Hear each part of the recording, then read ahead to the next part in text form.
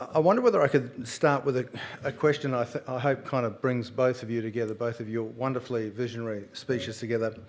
One is we've got this amazing number of new seats coming in. Mark, it's an absolute reflection on your team and the industry here.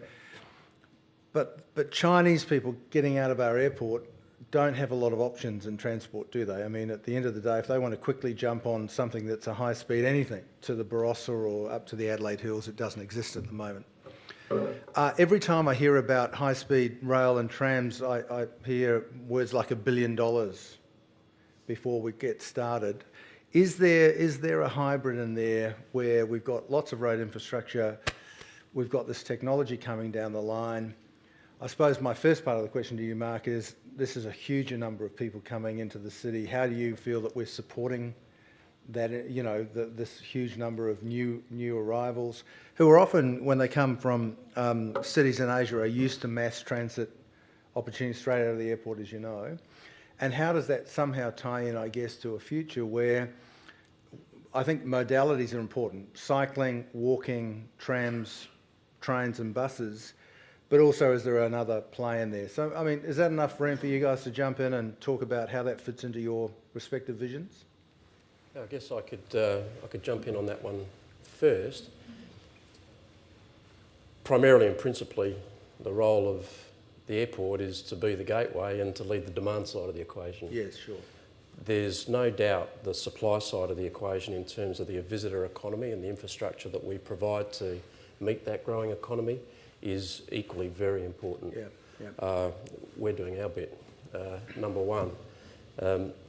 Are we targeting more growth in that space? Very clearly we are. We've, as I said earlier, been growing at a very, very rapid rate over the last 3 years with our international traffic. It won't continue at that level. It will return to longer term trend. But we still have some medium-term targets in mind in terms of continuing to grow well beyond that million dollar mark. So within the next 2 to 3 years, we'd expect to see some services to the west coast of the US. We'd expect to see more services into Asia and possibly direct to mainland China. But for today and for now, whilst we're still targeting those more medium-term objectives, we are doing a lot to support our incumbent airlines and helping them sustain their business models. We look at the likes of Cathay Pacific, who retime their service. We work very closely with them and with government to get them approval to be able to fly into Adelaide earlier in the morning so that they could then turn around and get back up through Hong Kong into China to 17 cities in the same day and back the other way. And being able to work with your airlines to get that type of outcome is really important and helps them sustain their business case. Clearly, some of the visionary stuff that Ian was putting out there was very amazing and did start to get the juices going. I mean, part of what we want to do is to connect and make all of the precincts around the airport part of one seamless and integrated airport business district. And looking at a model like that is also scalable, I think is really quite visionary. So Mark, are you getting feedback through the airlines about the arrival experience beyond the airport in terms of transport options, accessibility, or are we bringing in the nature of the plane sizes we're bringing in? Obviously they're not 380s. Is that coping at the moment with just normal levels of transport? No, we're not getting any direct or specific feedback about that, but I think that's a debate that we all have to be involved in. Yep. That general supply side of the infrastructure debate, and as far as connectivity to and from the airport is concerned, we will continue to work on all modes. I think you have to provide the flexibility and the availability, because part of the passenger journey or the visitor journey is they want to use the facility in the way that suits them the best, and that will cover all modes. And that's why we are big supporters of public transport, and we'll continue to work hard to get that. And if we can be part of something that's even more visionary, well, it's certainly lines up with our philosophies. Yeah. Thank you. Ian, I'm not reading that you're anti public transport per se, but you're just simply saying there is a technology coming that may make the infrastructure cost that can be overwhelming of putting new train lines through, etc., something that's achievable. Is that where you're coming from today? Yeah, I think we definitely see public transport as an important component of making the whole transport network work at its most efficient and effective. What we're saying is putting a tram down Unley Road may not be the best future. There is another future there and we should start building for it. And I think it's interesting you talked about high-speed trains and connecting to airports. I haven't been there for a while, but the last time I was in Shanghai, they've got a fantastic high-speed train, which unfortunately doesn't end anywhere near the hotels and business district of Shanghai. And as a consequence, no one uses it. So you actually need to make sure whatever you build is actually going to meet the needs of the people arriving at Adelaide Airport, for instance. So, we think there's a more efficient way to drive more people onto public transport, which is through a more visionary view of what public transport will be. Sort of expand that vision. That's great. Now, ladies and gentlemen, it's your time for some questions. Yes, down the front, Mark. Okay, we're getting the mic, because it's being recorded, Mark, we'll just record that, thanks. Yep. Ian, I want to explore some of this new technology, and there was something you mentioned very briefly, just in passing, was Uber, which you described as disruptive technology, and I think your words were, we need to embrace it or we'll be left behind. Just so happens David Rorsheim, the General Manager of Uber in Australia, is here in Adelaide today, and they're having a bit of a soft launch, I think, tonight of Uber. Now, it's an $18 billion worldwide company operating in hundreds of cities. It's got flack wherever it started, but it's muscled through that and tended to be embraced eventually. But what they tell me is that in cities like San Francisco, people are selling their cars, or perhaps at the margin they're not buying a second car. And so you've got less people owning cars. You've still got roads and you've still got cars on the roads, but you're using the vehicle fleet a lot more efficiently. So if that is part of the future, with people owning less private cars and using Uber and its equivalents more, is that a case for less car parks? Is it a case for changing our planning laws so you don't require as much car parking with dwellings, especially in the city? And maybe for Mark, is it a case for you not doubling the size of your airport car park as proposed in your latest plan? I'll take that one first. I think if you have a vision for 30 years out, I think all those things are part of the vision for the future. It's one of the reasons why we all have multiple cars in our households at the moment is that's, I know with my 18-year-old daughter, that's part of her freedom and that's part of what she wants. Now, if we can give her flexibility and freedom through another avenue, that may well be the future. And so definitely the studies that have been done, one of them was on cabs in New York, for instance. And I think the results showed that if you use the type of technology that's in driverless cars and operated them as taxis, because usually there's 1 or 2 passengers per taxi, they're not actually full, and they are called, whether it's through Uber or some other equivalent technology, you can actually improve the efficiency of New York roads by something like 18% simply by moving to this technology. Because instead of the cab driving around waiting to find a passenger, they're going straight to the passenger, and so you actually need less of them and they're more efficient. So, that's the simple sort of example of what can happen through adopting technology. Mark? Oh, I have to answer that question, do I? No, you don't have to. Look, I think that the answer from an airport perspective around all of those issues is that airports are pieces of infrastructure that have to respond to the social and the community in which they operate. And their long-term licence comes by being flexible and by being responsive and planning for the future, whatever that future may be, and keeping their plans flexible and open enough to respond to changing trends and demands. And I think, Mark, you've got a great commitment to the arts and community. I mean, you know, the car park of the future, I guess, could be an art centre, if that's the way it went. So, you know, there's a lot of flexibility there. One of the things that occurs to me, and if I could interrupt, sure, please. The ramp system on the back of our car park, we call our Guggenheim ramps. Okay, beautiful. You're already planning that. If you look at the curved nature of the structure, it does remind you of the... I think I've gushed about that car park, Mark. But in all seriousness, I mean, the one thing that I find, and I was talking to Andrew Lunig the other day, who's very interested in this area.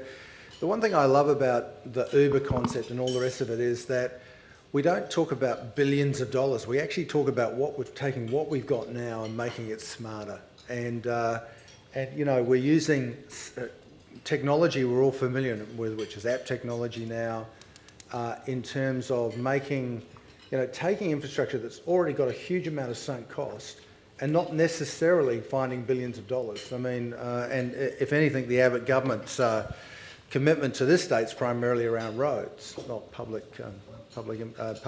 transport. Any comments about that? The smart thing, perhaps going back to you, Ian, about, you know, I mean, every time you talk about major bits of infrastructure, whether it be road, rail, public transport, they've all got huge price tags. It seems to me that there's a lot of discussion about how we can do it smarter.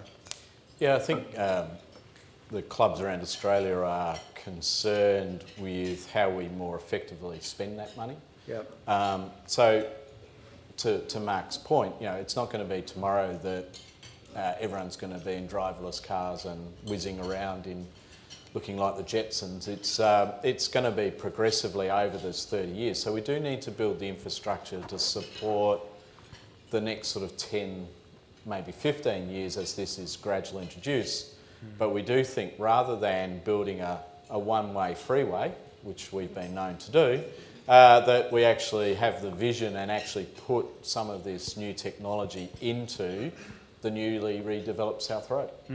So it's built for the future. And I think, you know, I've said a number of times, as a state, and particularly as a city, we're incredibly lucky that we had Colonel Light, who had the vision to give us wide roads, because if you go to other cities in Australia, you know, they're really suffering from the fact they don't have those wide roads. We now need someone with the vision of the technology that's there in the future to actually incorporate it into that infrastructure. Sure. It's great. Another question, ladies and gentlemen. Yes, just down there. Thank you. Do you want to say where you're from? And yeah, Luke Griffiths from In Business Magazine. Thanks for the discussion, really fascinating. One question for Ian, quite simple really, because I mean vision's obviously the key word today, speaking about a 30-year vision, but from what you're saying, the technology's there now, so the vision needs to be shared by our politicians, and you say they need to be visionary. So I mean, the question's quite simple. Do you see that vision within the current state government? And if so, I mean, how have they responded, I suppose, more generally? Not a hand grenade at all. No, that's... I think I'll answer it as only a politician could and answer a different question. Sorry, Mark. I'm not sure that the vision is there in the community at the moment. And I think that's part of what the REA is trying to do is, and will be doing into the future, is to try and get the discussion out there about what this vision is. Because I think it's, as I said, the biggest opponent at the moment to the full use of this technology is us as consumers. You know, I've heard people say, well, one of the biggest problems if you've got all these driverless cars whizzing around at speed and then a terrorist hacks into the computer and all of a sudden it's ground to a halt. So, you know, I do think there's an education piece.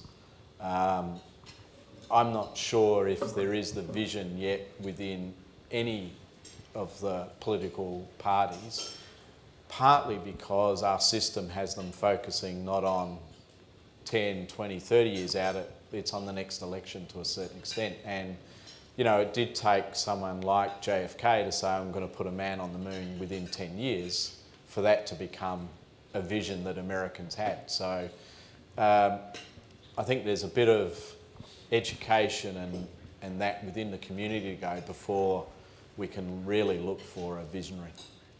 Mark, Ian threw himself on that grenade, but do you want to respond at all? No, I think Yeah. a lot of things do require putting a vision out there and then working to get bipartisan support. Most of the big shifts that happen in our society really only happen once there is bipartisan support and a common and a shared view about what we want to achieve. Great, thank you. Another question, ladies and gentlemen. Yes, please, down the front. Ray Grigg from the RAA. Mark, a question to you. I totally agree and support the expansion and growth of the airport complex and getting bigger planes in, 380s, and running them in as much as we possibly can. But in looking at your video, I didn't see any extension to the runways. What's going on there? Will we have new runways to take care of the bigger aircraft of tomorrow? And if so, I know there's a move afoot to lift the curfew of 11 p.m. to 6 a.m. And if that happens, then obviously these big planes have to come over from the sea, otherwise they'll be waking up people every minute of the night as they come in on the to runway 23. So what's the plans for the runway extensions? Well, we've continued to make provision for runway extensions in our current plans, and they're out there for public debate. We released our 20-year master plan. In fact, this morning we delivered to the Minister for Transport, Warren Truss, our next 20-year master plan for approval. We delivered in Canberra this morning, and that continues to hold the option open for runway expansion as we need. An earlier point that was made was about using the assets that we have, the existing assets that we have, and making them work harder.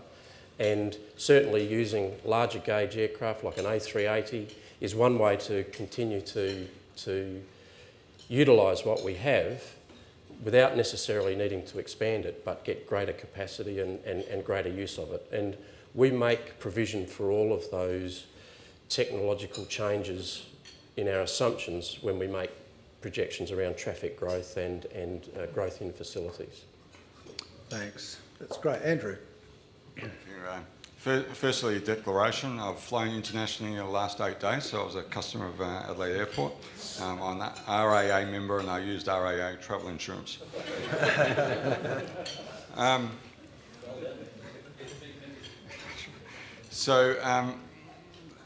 I look at the sort of transport environment as sort of private car with typically one customer, one driver, versus a sort of non-private car ecosystem. I'd note that if I wanted to do, I would say that on my recent trip I used Uber Black to get to the airport and I caught the bus back to the city. I can't catch a bus if I want to catch a 6 a.m. flight. My question perhaps to Ian, and I really enjoy what you've done about your discussion about the technology.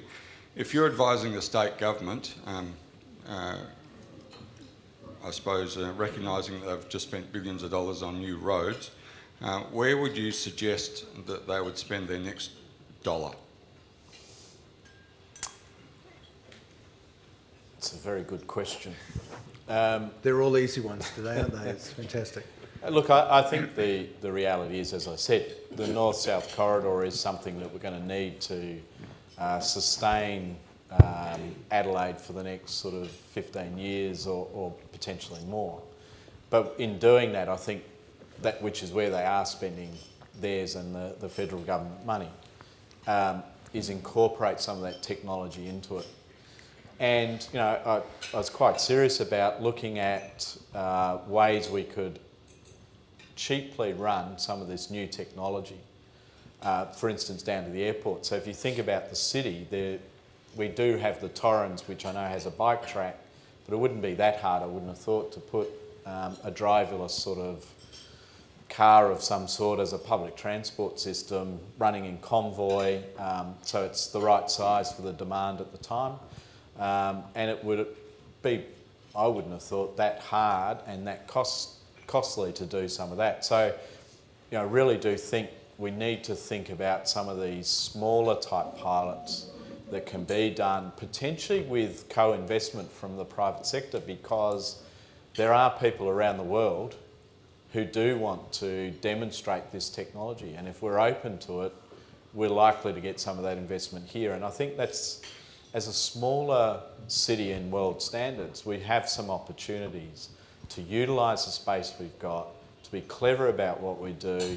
We've got Coda, who are the world leader in some of this technology. Let's put all those bits together and be a leader in this in terms of some of those options. That's great. Mark, I've got a question for you. I've gone on record in the media saying I think it's a shame that a city like Adelaide doesn't have a first-class international hotel. In your hub, your vision for the hub, obviously you've got that in mind. Do you want to talk a little bit more about that? Well, we think the time is right for a hotel at the airport. It's clearly in our vision. Yeah. It is something that I think would be capable of getting away in the next 12 to 18 months. We're presently doing a lot of work in-house around our business case and our design for a hotel at the airport. We will then enter into a marketing campaign for that in the early part of the year next year, and see if we can attract some developer interest. The operator interest is already there, but the key is around the developer interest. Great. We believe we have a project that will stack up very, very well in world standards, but we have to market that. Sure. And so you I'd see that as being one of the, an early sort of piece in the hub and the giving effect to that vision that we showed, as well as a couple of office buildings. I would really like to see us underway with construction on a couple of those before the end of the year next year. And you think 12 to 18 months could be a realistic time frame? Yeah, I do. Yeah. I saw some early drawings, I think, some time ago, and the air bridges across to some pretty upmarket bars and the hotel, and so it would be more than just go and book a room. It was very much a social... Absolutely. Yeah.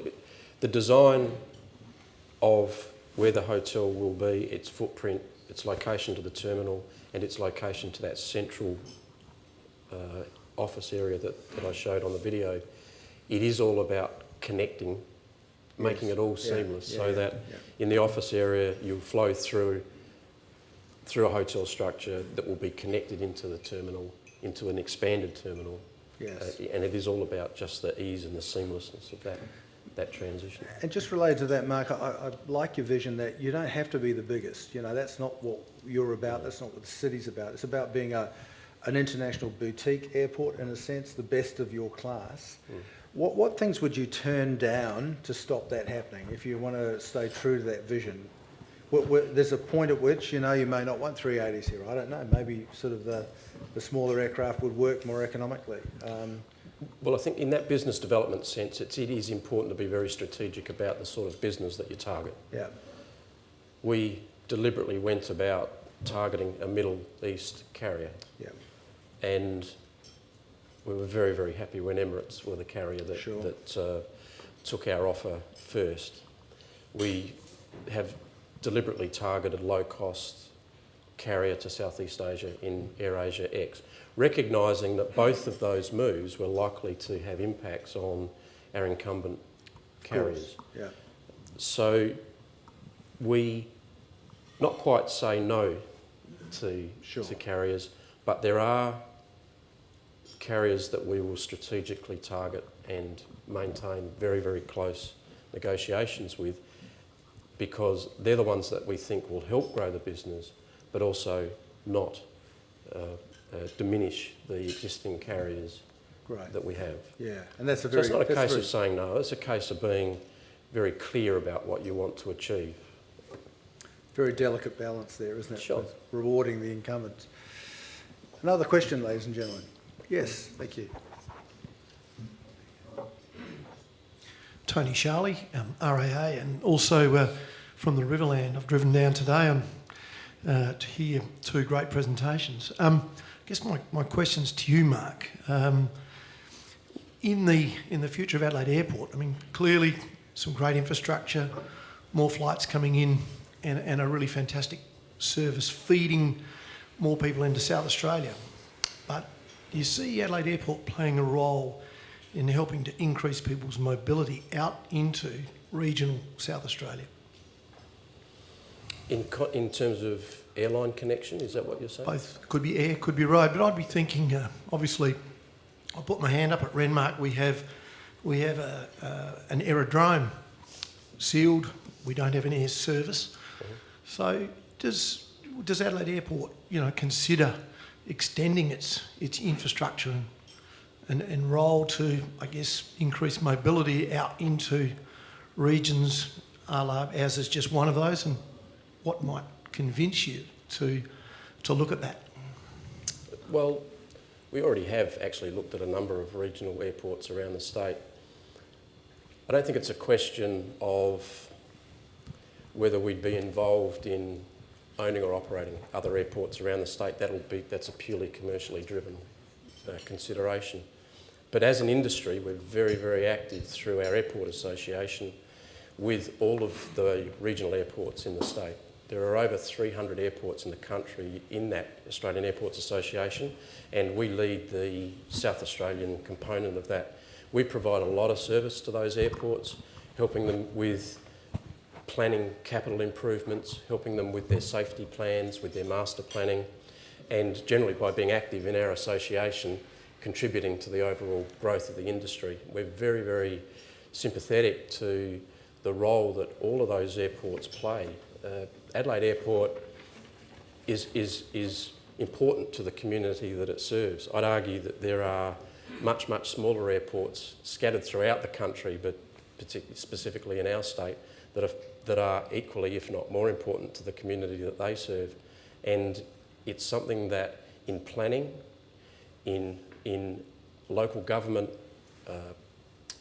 budgets, has to be recognised in terms of the social as well as the economic, but particularly the social importance of airports to those communities. They bring emergency services in. They are their only connection very often for essential medical flights and freight and also passenger movements. That's great. Well, ladies and gentlemen, one last burning question and then we'll wrap it up, because CEDA has an absolute commitment to get you out of here by 2 p.m. and we've got a couple of announcements. Thank you. Michael White from the City of Playford. Thank you both for your presentation today. It was excellent.